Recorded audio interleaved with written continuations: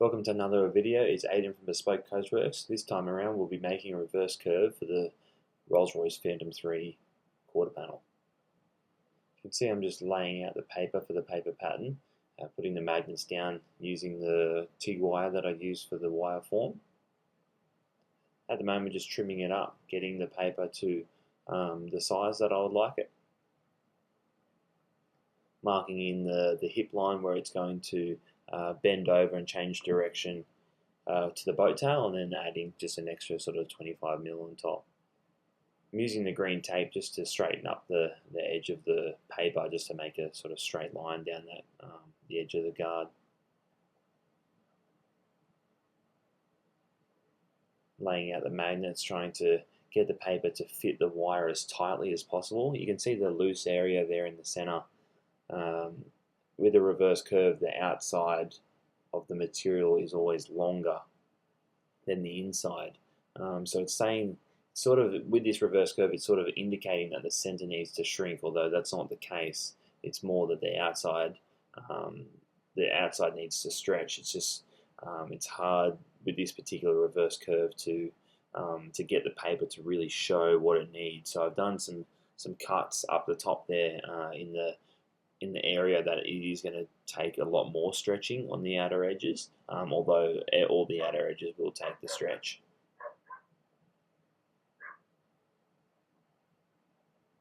Just marking in my highlight lines there, where I want the light to fall over the panel, sort of in the bases of so sort of the start of the reverse sections. Here I'm marking out with the scribe. I'm just sort of cutting holes in the paper on all my markings. I'd rather do it this way onto the bench instead of transferring a scribe onto my paper pattern.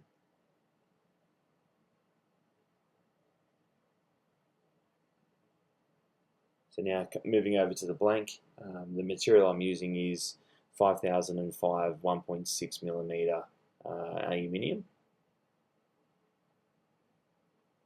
Same material that I use for the Auburn. So just marking it out, I only give myself about 10 or 15mm sort of excess material. Sort of when you get more experience, the less sort of mistakes you make in a panel and things like that, so you don't feel the need to add all the extra material onto your blank. Adding all that extra material just leads to more time. If you add an extra, say, inch on your blank, that could be an hour or more of extra shaping, and you don't want to do that. You want to minimize that stuff as much as possible. So yeah, with experience, that all comes. So just trimming away, just quick cuts on the guillotine, and then just trimming off the excess. I like to use tin snips. I just like the accuracy that they give you. So we're going to be moving on to the power hammer. Using linear stretch die on the bottom, and I'm using a 14-inch radius on the top. And the reason for that is because the way that the reverse curve happens, if I had a flat die on the top, it would damage the top of the die would dig into the material. So I need a 14-inch on the top so it can actually curl around the material, because this is a reverse curve going multiple directions. So you can see I've just got a couple of lines there where I've just quickly ran through the English wheel. I forgot to capture it on video, but I quickly just went through the English wheel with the rubber band, just to put a little bit of form into the panel. Although it doesn't, it's more just to sort of hold it while I am doing a lot of stretching. Sorry. This whole video is going to be quite just in a fast speed, because you can sort of see what I'm doing, and I'm not doing anything sort of different. It's just a lot of back and forth work with a panel like this. So this panel takes a lot of stretch on the outside, and it's a lot of just putting stretch into it, pulling it out of form, putting it back into form, just trying to hopefully understand where the panel's at and closer. It does take a lot of moving of material. So it can it may seem like it's sort of taking a lot, but it's just the nature of this panel. It's quite a decent reverse curve, and it's probably going to be the hardest panel on the whole car. So yeah, this part of the video is just going to be a lot of stretching the edges, sort of bending it over my knee, trying to pull some form into it.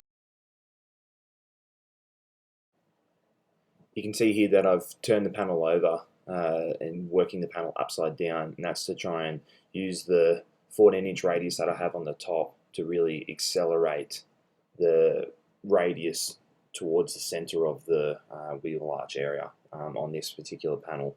It has it's like a sharper, tighter radius, which then fans out to a big, like long open radius as it goes towards the back of the car. But in particular, there's a real sort of acceleration in its radius. So using flipping upside down, you can see here with the sandbag, that's what I'm trying to do. I'm really trying to add a lot of stretch into that piece so I can start to pull that edge around. At the moment, it's quite consistent, so I'm really trying to elastic stretch and just gain a lot of extra material at the moment to try and get it to do what it needs to, and then back in with the linear stretch dies to try and smooth it out, but then help it move, because it's hard to stretch an edge with on a sandbag. It's a lot easier with metal on metal contact to stretch an edge. But what I was doing, I was creating a lot of volume inbound. So then when I got onto the power hammer, that allowed me just to stretch that edge, and it all released. It's a way you can sort of accelerate your process. It sort of makes it go a little bit faster instead of trying to, work on an area, work it in. Yeah. So now I'm just trying to deepen the center. You can see here I'm about to move on to the car. So you can move on to the car trying to fit it, and you can see when I push down both ends, the center wants to raise. So that's telling me that I need to deepen the center of the panel to try and pull that area back in. Yeah. You can see like now how much deeper that valley is, and it needs that, because when I stretch the edge, that center is then going to raise out. So it's trying to find a real nice balance of linear stretching the edges to try and get the back to front curl, but then also to having it in the right form to get the side to side curl in the panel, and the side to side curl is where the massive taper is. So yeah, quite a difficult panel, and obviously you can see that it's quite large as well, so that always adds to the difficulty. But I'm trying to just work the top end and the sides, get that happening, and down the bottom I know that there's less that needs to happen, so less focus is going into that area at the moment. That will come later on down the track. It's just a constant back and forth. You can see me just bending over my knee, trying to manipulate the form. Trial it back on the car now. You can see the front sort of third, I guess, is really doing what it needs to. It's quite off at the bottom there, where I was sort of down around my knees.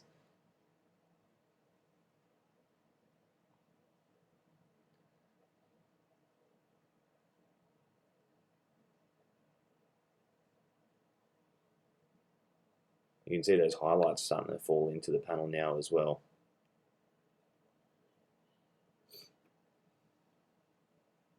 Sit back on the car, trying to bend it all into shape. It is definitely starting to float over the panel. You can see how much work that's taking compared to what the flat panel was originally. It's really coming along.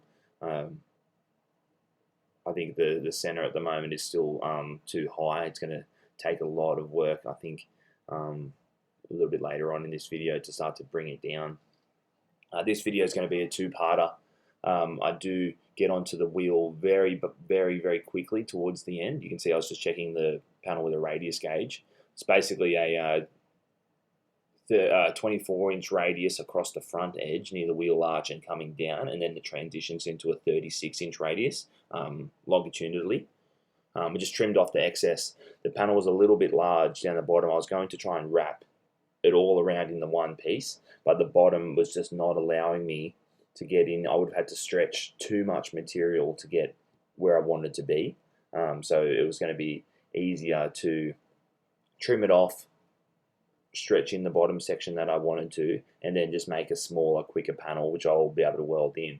It's trying to find that line of where that really sort of works the best.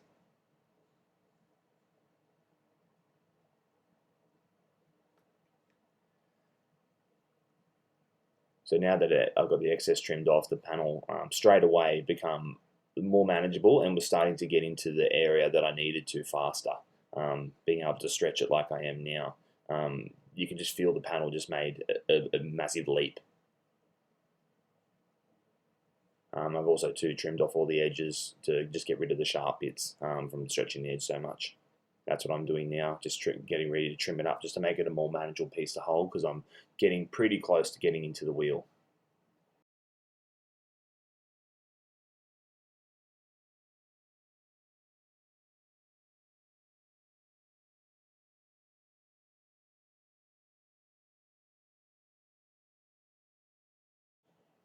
So yeah, just use the tape to get a nice line, and here is the first wheel pass. That means the panel's quite close and it just needs a little bit of work to bring it in. So I'm just going to start to smooth the panel off, start to get it to all relax a little bit, because sometimes when you've hammered the panel so much, it gets a little bit, say it might be a little bit poppy in areas or something like that. So what we're trying to do is run the wheel over it, get it all to sort of settle, and then you can understand a little bit more where your panel is. When I'm wheeling the panel this way, it's going to want to curl over my lower anvil, the direction of my radius. So I think in there I've got a 24-inch radius, so that's going to curl the panel over. What that is also going to do is going to raise the center of the panel. So even on the wheel, there's going to be a mix between going back and forth, wheeling across the panel like I am now, and then also long ways across the panel with the panel upside down.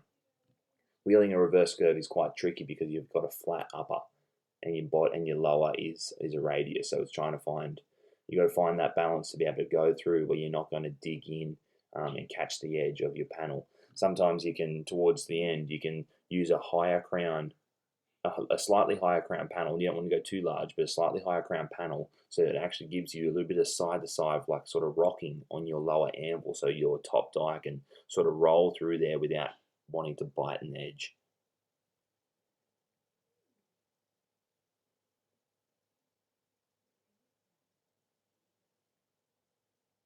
So yeah, just finishing up and about to get back onto the car.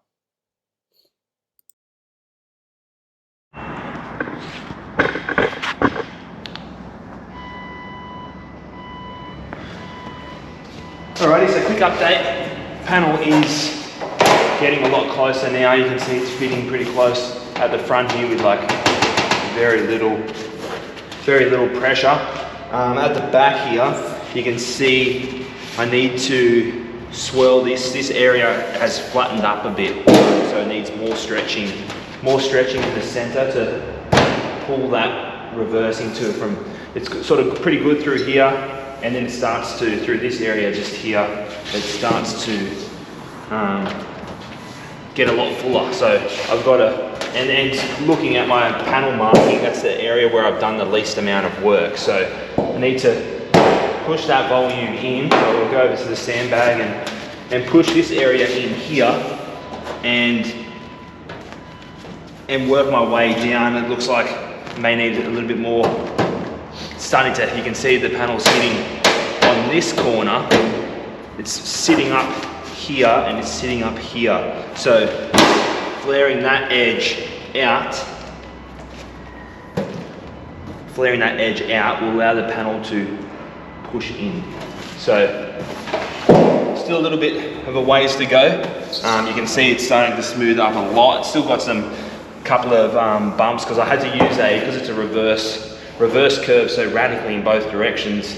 I had to use a crowned upper, so I had a 14-inch upper radius on the linear with the linear die down the bottom. So it's put a little bit of like sort of pimpling in the metal. As I continue to work with English wheel, most of this is it's gonna smooth out. The surface is very nice, but and you can see that it's shiny, but it just needs. It'll need a little bit more tickling, and I want to be able to have that nice sort of surface finish. So it'll take a fair bit of time in on the wheel in a real washover pressure to get it nice. So let's go push those areas in on the sandbag and see how we're going.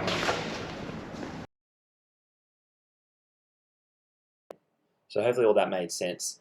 So yeah, basically like what I said, I was going to bring the center down because it had gotten too full. You can sort of see where I'm hammering. You can see the highlight sort of jumps. It sort of jumps up, like it's like a bit of an S, and that's showing that the center is too high. And as I hit, you can see that start to deepen. You want it to be more like a V shape, being that it's a reverse curve. So anyway, just a little bit of a recap. Hitting down the center, and then down the bottom corner, it was also it's also quite full. So that's where pushing down the center will kick the edge up. So stretching the lower edge and hitting down the center will flare that edge up to allow the rest of the panel to go in. It sounds almost a little bit counterintuitive, but that's the ways of metal shaping. Sometimes that's just what it sounds like. But this is basically where we're coming to sort of the end of the video. Appreciate everyone sort of for following along. If you want to see anything else, would like me to explain anything else while I'm doing these things, if you want me to slow it down, the actual pace of the speed of the video, let me know in the comments. Please like and subscribe and share it along. The more support you guys can give me, the more I can put out, and I can try and you know, better the videos for you guys and try and explain and sort of share as much as I possibly can. I'm an open book, so if you want to know something, let me know. I'll try and show you. And yeah, thanks guys. Cheers.